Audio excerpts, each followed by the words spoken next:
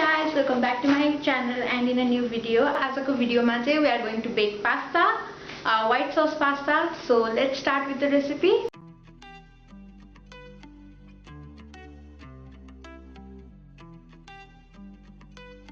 So यिनीहरु चाहिँ हामीलाई चाहिने ingredients हरु milk, pasta, tomato ketchup, green chili powder, mayonnaise, red chili powder, soya sauce, oregano, black pepper powder, chili flakes, baking powder, onion, green chili, capsicum, tomato र carrot अनि मासु, त्यसपछि cheese अनि mushroom अनि त्यो चाहिँ मैदा हो।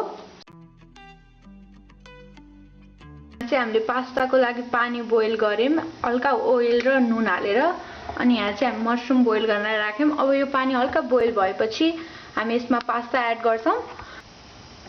मैले चाहिँ पास्ता एड गरिसके, अब चाहिँ हामी यसलाई बोइल हुन दिन्छौं।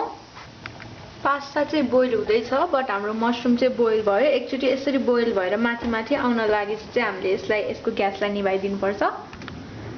अब यसलाई हामी चिसो पानीले एकचोटी पखालेर सानो सानो पिस बनाएर काट्छौं। हाम्रो प्याकेटमा चाहिँ 5 देखि 6 मिनेटसम्म चाहिँ बोइल गर भनेको थियो। सो त्यो चाहिँ बोइल भइसक्यो हाम्रो पास्ता चाहिँ। अब हामी यसलाई चिसो पानीले धोएर अनि छान्ने कुरामा राख्छौं अनि यसलाई चाहिँ एकछिन सेलाउन दिन्छौं अनि हामी चाहिँ हाम्रो चपिङको कामहरु सबै भ्याउँछौं। पास्ता चाहिँ हामीले निकालेर चिसो पानीले धोएर अनि त्यो पानी फालेर राखेछौं। यो चाहिँ हामीले मासुलाई सानो पिसमा कट गरे। यो चाहिँ क्याप्सिकम, क्यारट, कोलभेडा र प्याज अनि ग्रीन चिली। थोरै त्यही चीजहरुलाई चाहिँ मैले पछि गार्निशिङको लागि छुट्टै राखे। अनि यो चाहिँ हाम्रो मशरुम, यसलाई चाहिँ बोइल गरेर कट गरे। अब हामी ग्रेट गर्छौं चीज।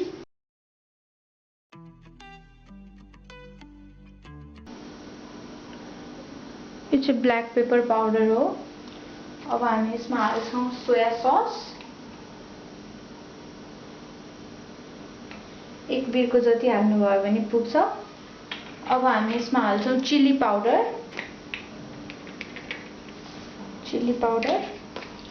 अनि यसमा हाल्छौं हामी नुन। यसलाई अब हामी मिक्स गर्छौं र एकछिन 15 मिनेट जति चाहिँ यसलाई हामी यतिकै छोड्दिन्छौं। त्यति बेलासम्म चाहिँ हामी यो क्याप्सिकमहरुलाई एक राउन्ड फ्राई गर्छौं।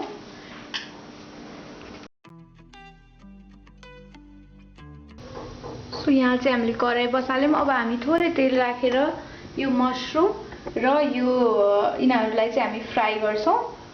यसमा चाहिँ हामी स्पाइसेसमा चाहिँ त्यही मरिचको धुलो र नुन हाल्छौं। तेल चाहिँ तातिसकेको छ। सो हामी यसमा चाहिँ यो सबै भेजिसहरुलाई हाल्छौं। फर्स्टमा हामी हाल्छौं गाजर, क्याप्सिकम, यसलाई एकैछिन चलाउँछौं।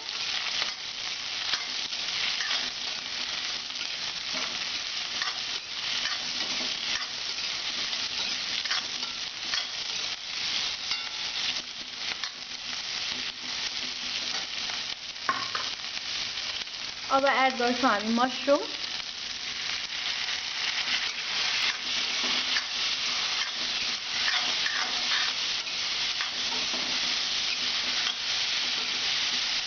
यो हल्का फ्राई हुन थालेपछि चाहिँ हामी हाम्रो प्याज र ग्रीन चिली पनि यसमा एड गरिदिन्छौं। गोलभेडा चाहिँ हामी लास्टमा एड गर्छौं। यसलाई हामी अब मिक्स गर्छौं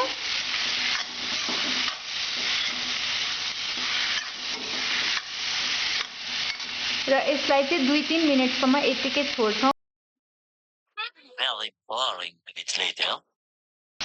अब चाहिँ हामी यसमा गोलभेडा एड गरिदिन्छौं। भेडालाई चाहिँ हामीले छोपेर सबभन्दा तल राखिदिन्छौं। सो यस्तो गर्दाखेरि चाहिँ यो छिटो पाक्छ। यसमा हामी थोरै नुन पनि राखिदिन्छौं। नुन चाहिँ हामीले अघि नै पनि मासुमा पनि एड गर्यौं अनि सोया ससमा पनि नुन हुने भएर एकदम कन्ट्रोल गरेर हाल्नु होला।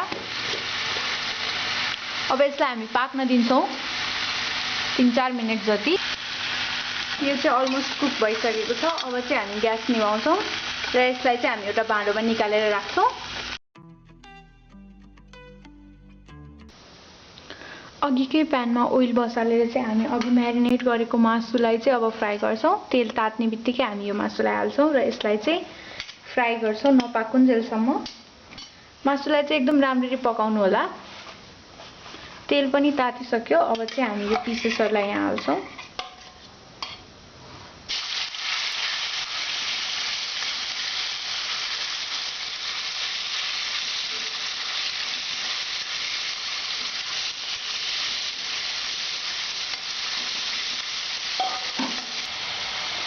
यतिको भएपछि चाहिँ यो मासु पाक्यो। सो यसलाई चाहिँ अब हामी निकाल्छौं।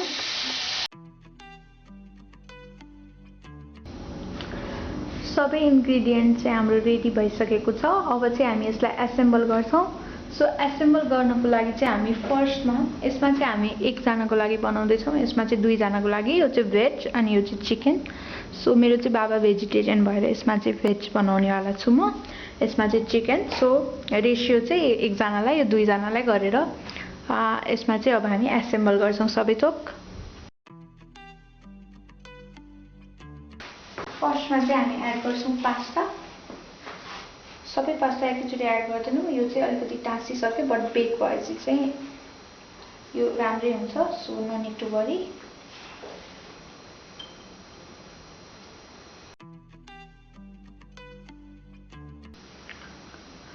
हाफ जति पास्ता दुवै बोलमा एड गरिसकेपछि चाहिँ हामी यसमा एड गर्छौं मैदा।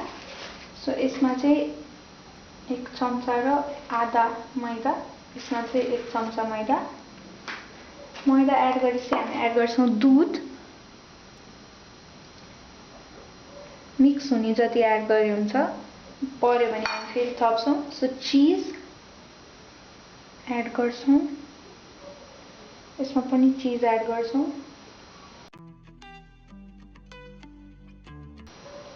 अब यति एड गरेर चाहिँ हामी यसलाई मिक्स गर्छौं।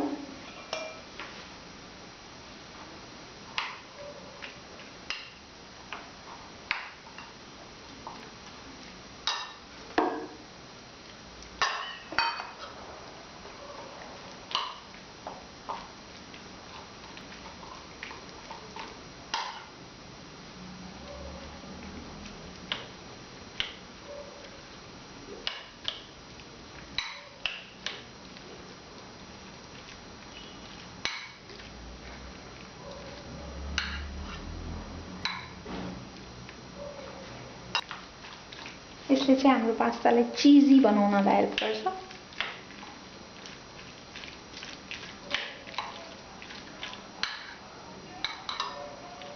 अब यो एड गरेपछि चाहिँ हामी यसमा एड गर्छौं बाकी पास्ता।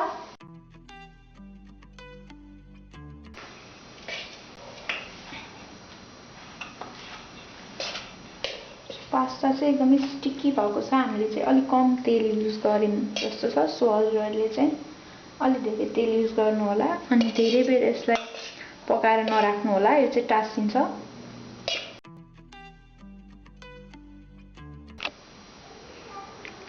अब चाहिँ हामी यसमा मेयोनिज एड गर्छौं। सो यति मेयोनिज चाहिँ हामी यहाँ एड गर्दै छौं।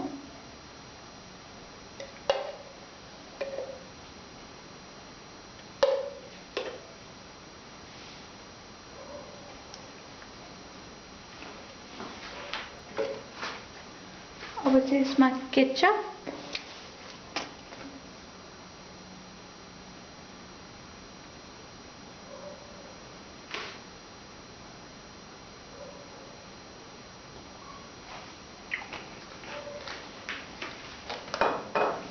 थोड़ी ग्रीन चिली सॉस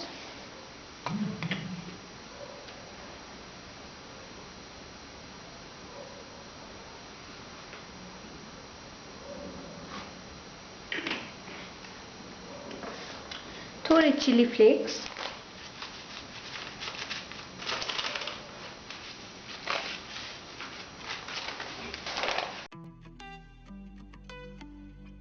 अब चाहिँ यसमा हामी तरकारी एड गर्छौं। यो अघि पकाएको वाला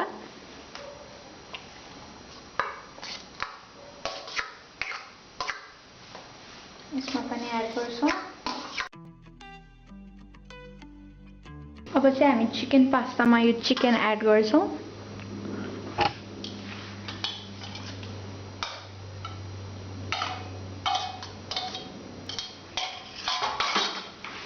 अब यसलाई हामी मिक्स गर्छौं।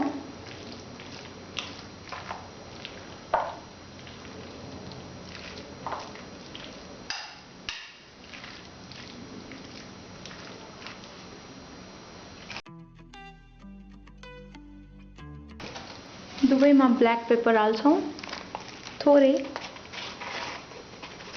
यसले चाहिँ टेस्टलाई बढाउँछ।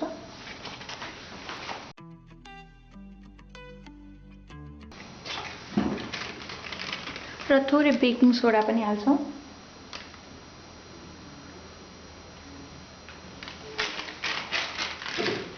अब यसलाई फेरि हामी राम्ररी मिक्स गर्छौं। दुवैलाई चाहिँ हामीले राम्ररी मिक्स गरिसकेका छौं। अब चाहिँ हामी माथिबाट चीज हाल्छौं र गार्निशिङ गर्छौं।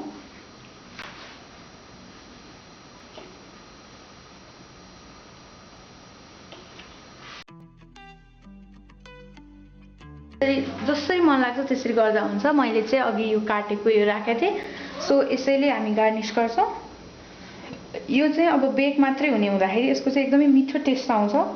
हजुरलाई हल्का काँचो जस्तो लाग्न सक्छ, त्यस्तो टेस्ट मन पर्दैन भने चाहिँ यो स्टेप स्किप गर्नुभयो हुन्छ। यसमा चाहिँ आफूलाई जे मन लाग्छ त्यही गर्नुभयो हुन्छ। चिली फ्लेक्स हल्का माथिबाट हाल्छौं, सबैतिर हल्का देख्ने गरी यसमा पनि हाल्छौं। चिली फ्लेक्सले चाहिँ हामीले गार्निश गरिसकेका छौं। सो अब चाहिँ हामी एड गर्छौं ओरिगानो।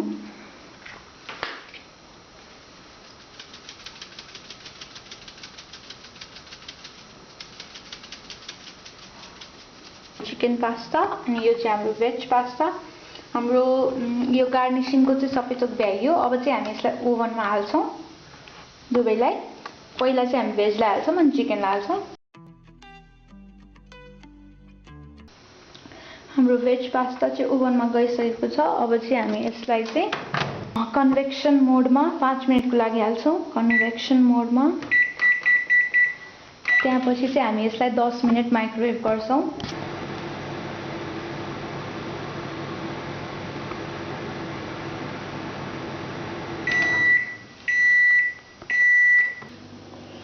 यो चाहिँ हाम्रो 5 मिनेट कन्वेक्सन र 10 मिनेट माइक्रोवेभ गरिसकेपछिको रिजल्ट हो। यो चाहिँ भेज भयो। अब चाहिँ हामी चिकन पास्तालाई त्यसरी नै ओभनमा हाल्छौं। पहिला हामी यसलाई झिक्छौं र त्यसलाई 5 मिनेट कन्वेक्सन 10 मिनेट माइक्रोवेभ गर्छौं अनि हाम्रो पास्ता रेडी हुन्छ खानलाई।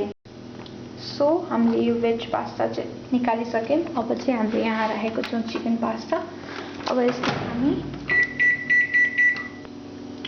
5 मिनेट कन्वेक्सनमा राख्दिन्छौं र यो 5 मिनेट पछि चाहिँ हामी यसलाई झिकेर 10 मिनेट माइक्रोवेभमा राख्छौं अनि चाहिँ हाम्रो दुईटै पास्ता रेडी हुन्छ। यो चाहिँ हामीले 5 मिनेट कन्वेक्सनमा राखेपछिको यस्तो हुन्छ। अब चाहिँ हामी यसलाई 10 मिनेट माइक्रोवेभ गर्छौं अनि यो चाहिँ हाम्रो खानको लागि रेडी हुन्छ। सो यसलाई अब हामी 10 मिनेट माइक्रोवेभ गर्छौं। Microwave 10 minute start.